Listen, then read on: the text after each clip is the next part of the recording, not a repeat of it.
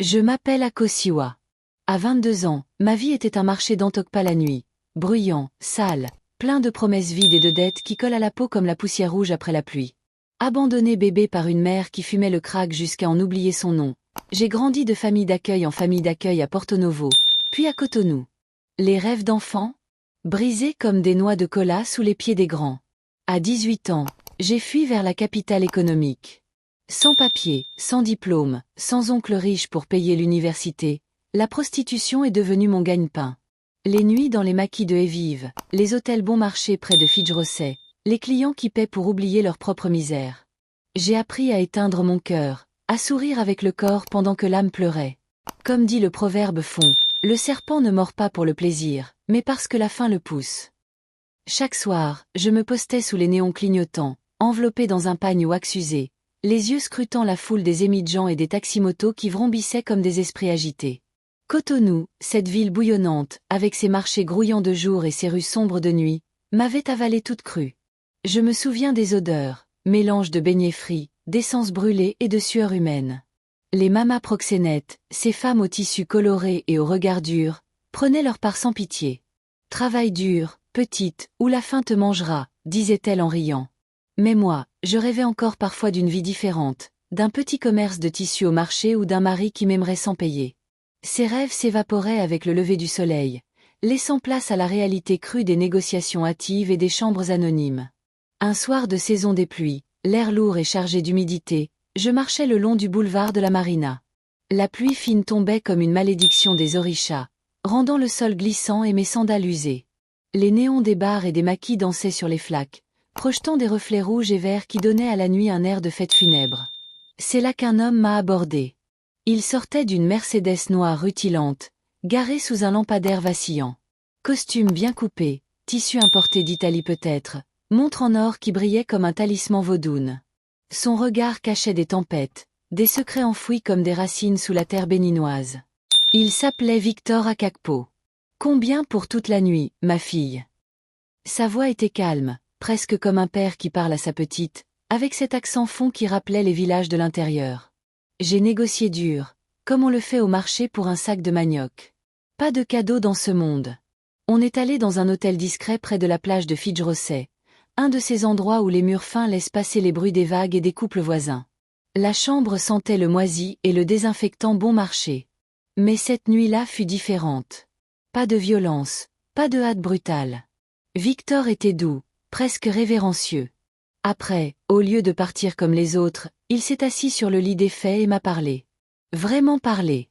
Il m'a raconté sa vie, businessman prospère dans l'import-export, veuf depuis des années, sans enfant déclaré. Ma femme est partie trop tôt, emportée par une fièvre que les médecins n'ont pas su guérir, a-t-il dit, les yeux perdus dans le vague. Il parlait des ancêtres, des sacrifices vaudounes qu'il faisait encore pour apaiser les esprits. J'aurais tout donné pour une fille comme toi, Akosiwa. Une qui porte la force des femmes de chez nous. Ces mots m'ont touché au plus profond, comme quand un ancêtre parle dans un rêve vaudoune. Pour la première fois, je me sentais vue, pas juste un corps à louer. On a continué à discuter tard dans la nuit, bercé par le bruit des vagues et le ronronnement distant des générateurs. Il m'a offert un verre de sodabi, cette gnôle locale qui brûle la gorge et réchauffe l'âme. Je lui ai un peu parlé de moi, de mes foyers d'accueil où les tantes adoptives me traitaient comme une charge, de mes rêves brisés d'aller à l'école pour devenir infirmière. Victor écoutait, hochait la tête, comme un griot qui recueille les histoires pour les transmettre. Quand il est parti au petit matin, il m'a laissé plus d'argent que convenu, avec un sourire qui promettait une suite. Je suis restée là, sur le lit froissé, à me demander si c'était le début de quelque chose ou juste un mirage de la nuit cotonoise. Les jours suivants, la routine a repris, mais avec une ombre nouvelle. Victor m'obsédait. Était-ce son argent? Sa tendresse? Ou cette façon qu'il avait de me regarder, comme si j'étais plus qu'une prostituée des rues? Je me surprenais à guetter sa Mercedes sur le boulevard. Et il est revenu, effectivement. Souvent. Chaque semaine, il réservait mes nuits entières, me sortant de la rue pour des moments qui ressemblaient presque à une vie normale. On mangeait du poulet bicyclette dans des maquis cachés, ce poulet maigre et savoureux grillé sur des braises, accompagné de bananes plantain frites. On buvait du tchoukoutou, cette bière de mil fermentée qui pétillait sur la langue. Il me parlait des ancêtres, des regrets qui pèsent comme des chaînes invisibles, des pertes qui creusent des trous dans l'âme. Avec lui, je me sentais pas juste une marchandise. Pour la première fois, je riais vraiment, je partageais des histoires de mon enfance chaotique. Il me traitait avec une tendresse d'oncle protecteur, me glissant des conseils sur la vie, sur comment éviter les pièges de Cotonou. La ville mange les faibles, mais toi, tu as la force des baobabs, disait-il. Ces soirées devinrent mon refuge, un îlot dans l'océan de misère. Mais un soir, pendant qu'il dormait profondément après notre étreinte, rongé par une curiosité inexplicable, j'ai fouillé son portefeuille laissé sur la table de chevet. Mes doigts tremblaient sous la lumière faible de la lampe. Et là, une vieille photo jaunie, une jeune femme tenant un bébé emmailloté dans un pagne wax. Au dos, écrit à la main en fond, « Ma petite Akosiwa, jour de ta naissance. Les esprits te garderont. » Mon prénom. Ma date de naissance. Mon cœur a cogné comme un tam-tam de cérémonie vaudoune, résonnant dans ma poitrine comme un appel des ancêtres. J'ai remis la photo en place, tremblante, le doute planté comme une graine de baobab dans mon esprit fertile. Qu'est-ce que cela signifiait? Était-ce une coïncidence, ou les esprits jouaient-ils un tour cruel? Quelques semaines après cette découverte troublante, Victor m'a invité chez lui pour la première fois. C'était une grande villa à Kadjeoun, ce quartier chic de Cotonou où les riches vivent derrière des muraux, avec jardin luxuriant rempli de manguiers et de palmiers, un générateur qui ronronne constamment pour chasser les coupures d'électricité, et une odeur persistante de grillade qui flottait dans l'air comme une invitation permanente. La maison était un mélange de moderne et de traditionnel, meubles en teck importés, masques vaudounes accrochés au mur, et un hôtel discret dans un coin pour les offrandes aux ancêtres.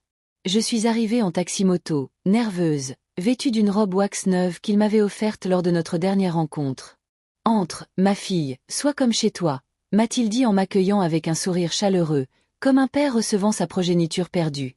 On a dîné aux chandelles, une table dressée avec soin, riz jollof épicé, sauce arachide onctueuse, poisson frais grillé du golfe de Guinée, et des fruits tropicaux en dessert. La lueur des bougies dansait sur les murs, créant des ombres qui semblaient vivantes, comme des esprits veillant sur nous.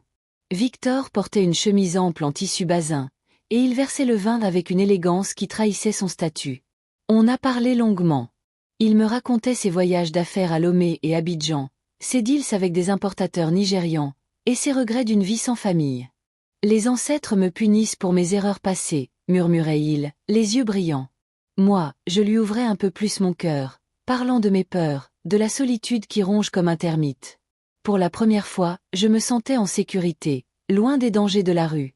Après le repas, repu et détendu, il a sorti un album photo ancien, relié en cuir usé, comme un trésor gardé précieusement. Je veux te montrer mon passé, Akosiwa, pour que tu comprennes qui je suis. Il tourne les pages lentement, avec une révérence presque sacrée. Les photos jaunies défilaient, des images de marchés animés, de cérémonies vaudounes avec des danses endiablées, et puis... Et là, je vois ma mère jeune, belle, avant que le crack ne la mange de l'intérieur. Elle portait un pagne wax éclatant, un sourire radieux, tenant un bébé dans ses bras. Mon estomac s'est noué comme une corde de sisal. Victor continuait. C'était ma femme d'il y a 22 ans. On a eu une fille, mais j'ai fui. Peur de la responsabilité. Je pensais que c'était mieux pour elle, qu'elle trouve une vie sans mes ombres. Il lève les yeux vers moi, innocemment. Elle s'appelait Akosiwa, comme toi. Le monde s'est effondré comme un marché en pleine tornade. Les bruits de la nuit, les aboiements lointains des chiens, le vrombissement des motos se sont tus dans ma tête. C'est moi, j'ai murmuré, la voix brisée comme du verre pilé. Je suis ta fille, Victor.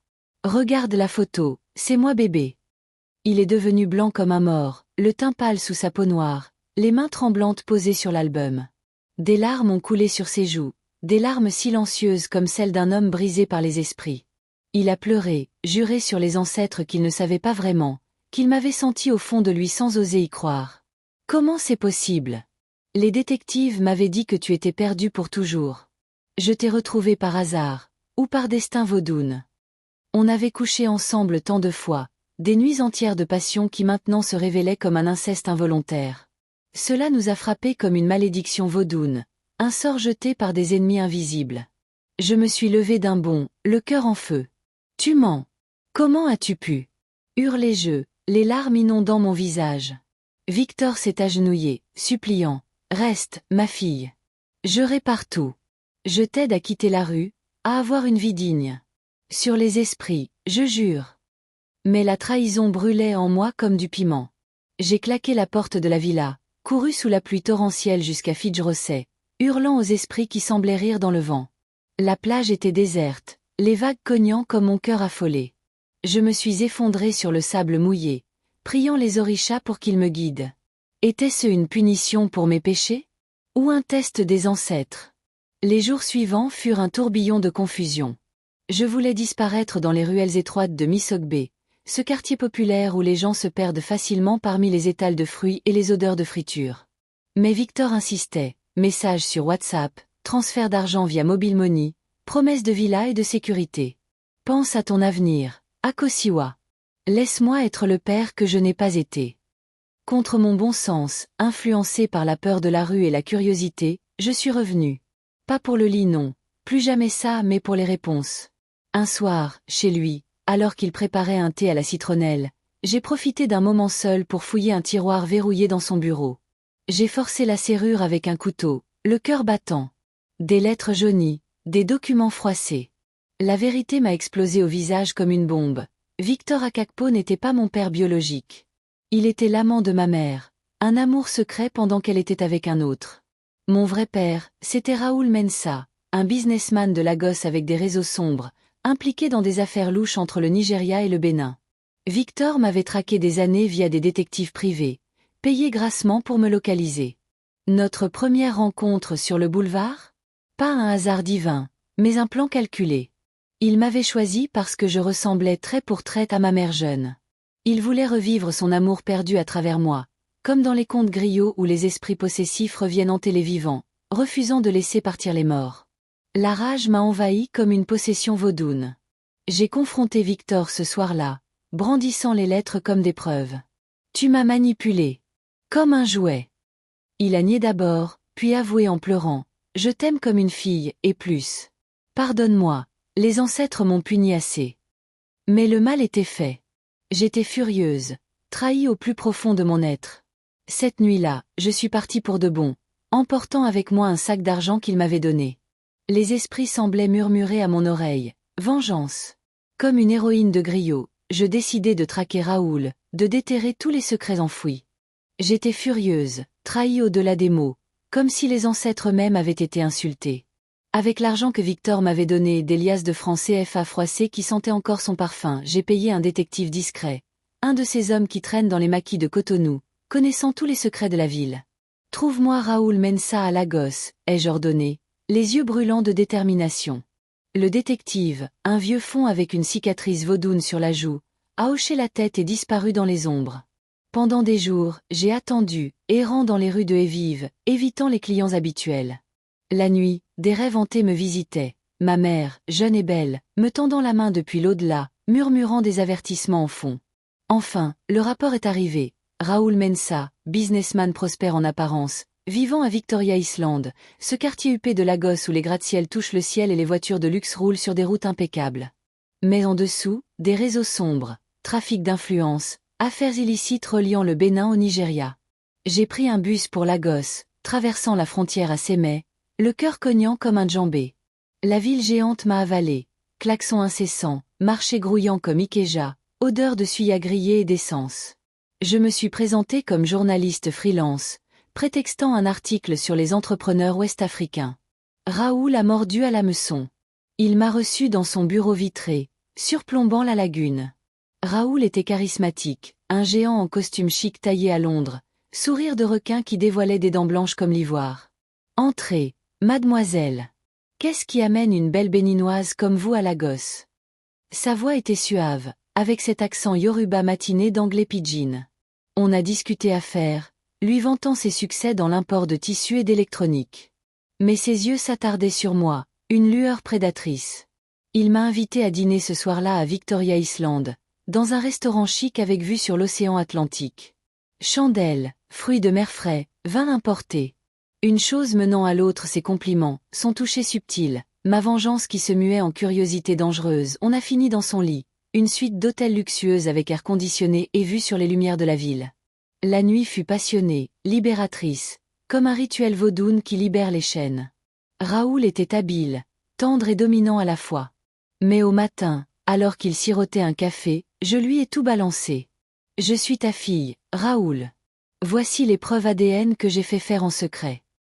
J'ai sorti les documents du détective, les posant sur la table comme un défi. Raoul a blêmi, son sourire s'effaçant comme un masque qui tombe. Il a ri nerveusement, un rire forcé qui masquait la panique. Impossible.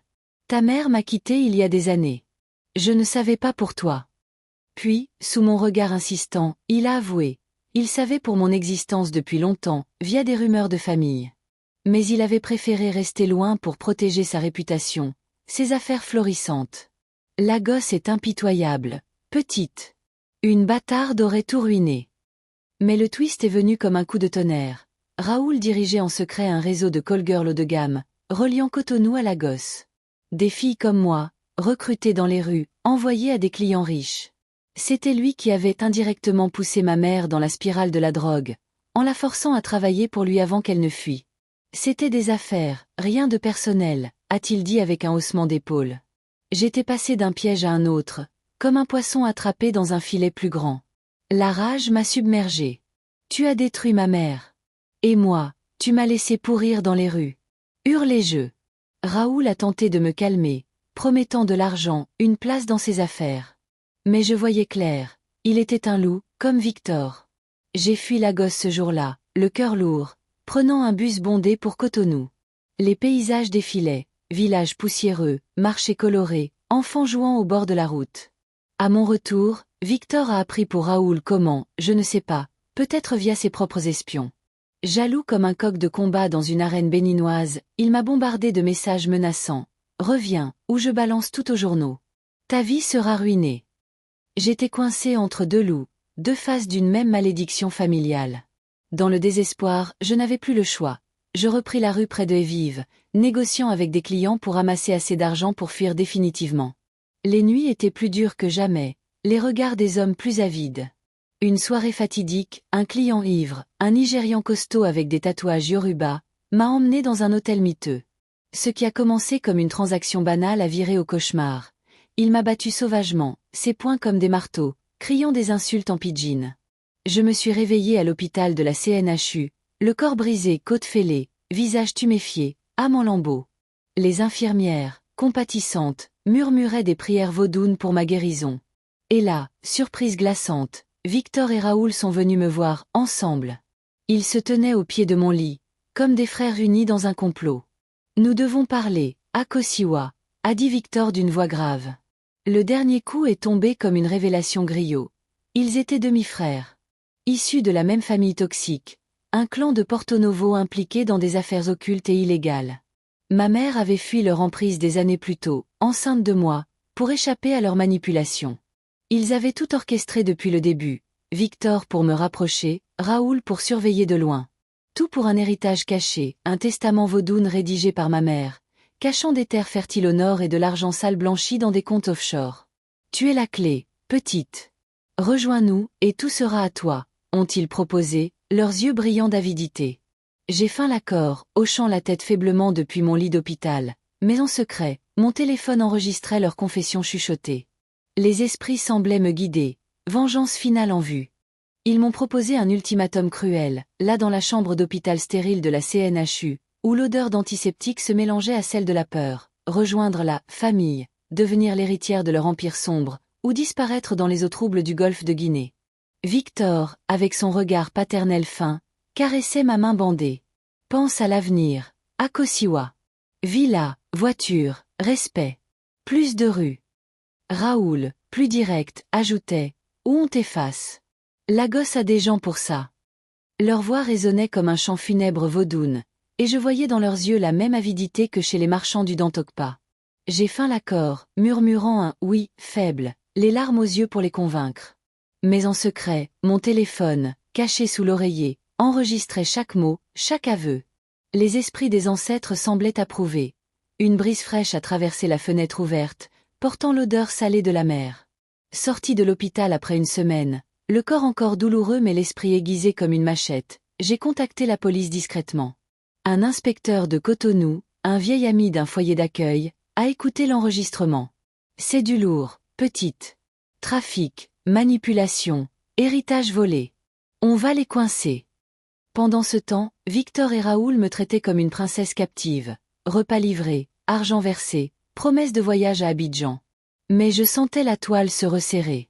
La confrontation finale a eu lieu dans la villa de Victor à Kadjehoun, une soirée orageuse où le ciel grondait comme un tam-tam en colère.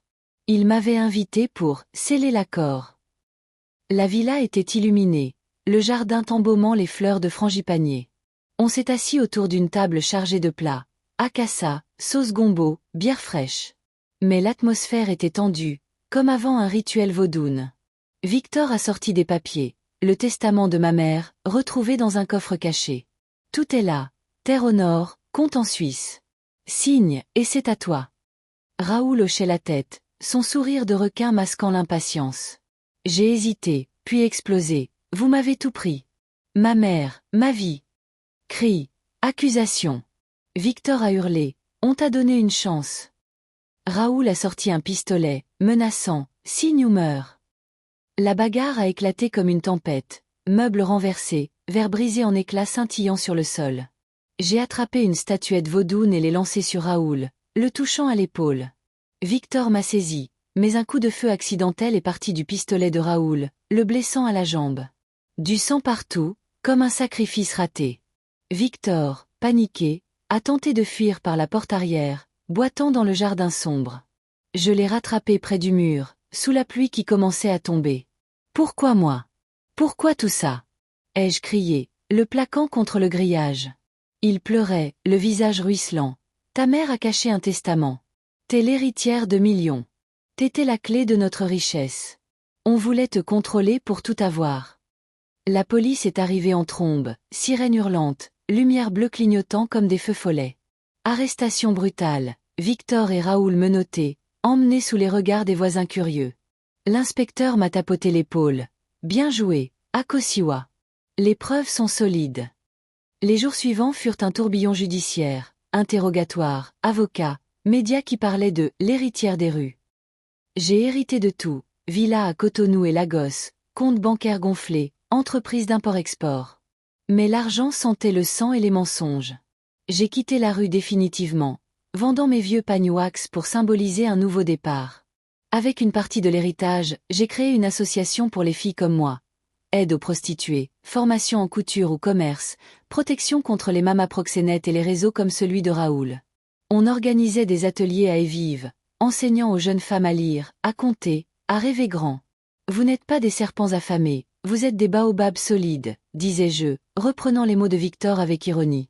Les médias m'appelaient l'héroïne de Cotonou, mais je savais que les cicatrices restaient, les nuits hantées par des cauchemars d'inceste et de trahison. Des années plus tard, alors que mon association grandissait, aidant des centaines de filles, j'ai trié les affaires de ma mère, récupérées dans un coffre chez Victor. Des photos, des bijoux vaudounes, et une lettre finale, jaunie et scellée. Dedans, la vérité ultime. Ni Victor ni Raoul n'étaient mon père. Ma mère écrivait, « Mon enfant, ton père était un amour d'une nuit, un marin inconnu de passage à Cotonou. Je t'ai protégé de leurs mensonges. Vis libre. » Toute cette saga de mensonges, d'obsessions, de malédictions familiales, pour rien. Juste un tissu de tromperie tissé par des hommes avides. J'ai brûlé la lettre lors d'un rituel vaudoune, offrant des noix de cola aux ancêtres pour apaiser les esprits. Mais la paix n'était pas totale. Parfois, je me réveillais en sueur, entendant leur voix dans le vent. L'association m'occupait, réunions avec des donateurs, voyages à Porto Novo pour recruter des bénévoles, partenariats avec des ONG nigérianes. J'avais une nouvelle vie, un appartement modeste près de Fidjrosset, des amis vrais, un sentiment de but. Pourtant, les ombres persistaient, comme des racines enfouies.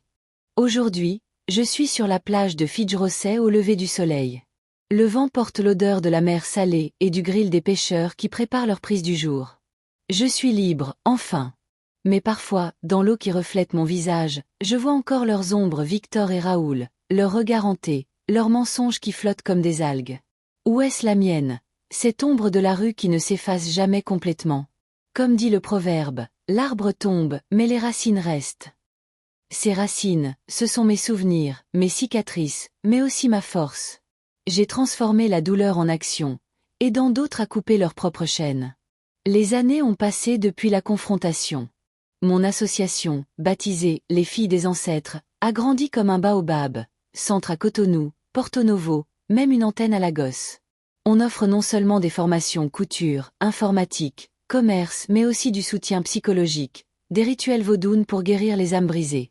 J'ai engagé des anciennes prostituées comme moi, des survivantes qui deviennent des mentors. Tu n'es pas seule, sœur, disons-nous aux nouvelles arrivantes, leurs yeux emplis de peur et d'espoir. Les dons affluent, de riches béninois touchés par mon histoire, d'ONG internationales. J'ai même témoigné à l'ONU à Genève, parlant de la traite des femmes en Afrique de l'Ouest, ma voix forte comme un griot. Mais la liberté a un prix. Les nuits solitaires, je repense à ma mère, cette femme forte qui a fui pour me protéger, emportant ses secrets dans la tombe. J'ai visité sa tombe à Porto Novo, un simple monticule de terre rouge sous un manguier. J'y dépose des fleurs et des noix de cola, priant pour son repos. Merci, maman, pour m'avoir donné la vie, même dans le chaos. Quant à Victor et Raoul, ils pourrissent en prison, condamnés pour trafic, extorsion, tentative de meurtre. Les journaux en ont fait des unes, mais pour moi, c'est du passé. Ou presque. Parfois, des rêves vaudounes me visitent, ancêtres dansant autour d'un feu, me rappelant que le sang coule profond. J'ai consulté un boconon, un devin fond, qui a jeté les coquillages.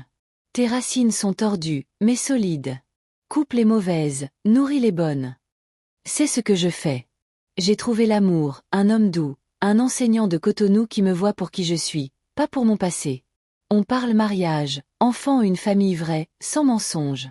Mais je reste vigilante, la rue m'a appris la méfiance. La plage de Fidjrosset est mon refuge. Au lever du soleil, les pêcheurs lancent leurs pirogues colorées dans les vagues, criant des chants yoruba. Je marche pieds nus sur le sable chaud, sentant la terre béninoise sous mes orteils. Cotonou s'éveille, Zémidjan klaxonnant, marché s'installant, vie qui pulse comme un cœur géant. Je suis Akosiwa, survivante, héritière de ma propre destinée. Les ombres s'estompent avec la lumière du jour, mais les racines? Elles me portent, me nourrissent. Fin de cette saga, mais début d'une nouvelle histoire, la mienne, libre et fière.